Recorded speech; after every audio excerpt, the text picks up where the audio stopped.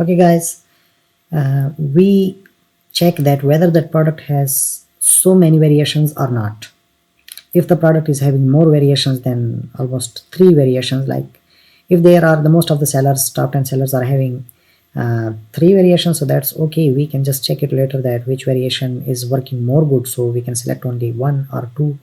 And if all of the 3 variations for the top 10 listings which we have collected, they are like selling good, so we can launch those 3 variations. But if the variations are so many, so it needs really high budget to launch more variations, and then it takes a lot of time for you to manage those variations.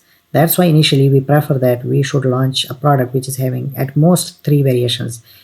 Preference is that it should not have any variation, or if it is having so just two variations, and at most just 3 variations.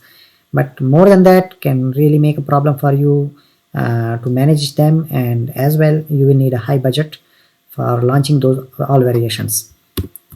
And as well you should keep this point in your mind, that is this product which I am selecting, can I add some value to this product or not? If you can add any value to this product, you find a small product which is below $1, and you can add that to your own product to make the offer more appealing. So it's really a edge, and we can like make our offer more appealing than other sellers and get the sales.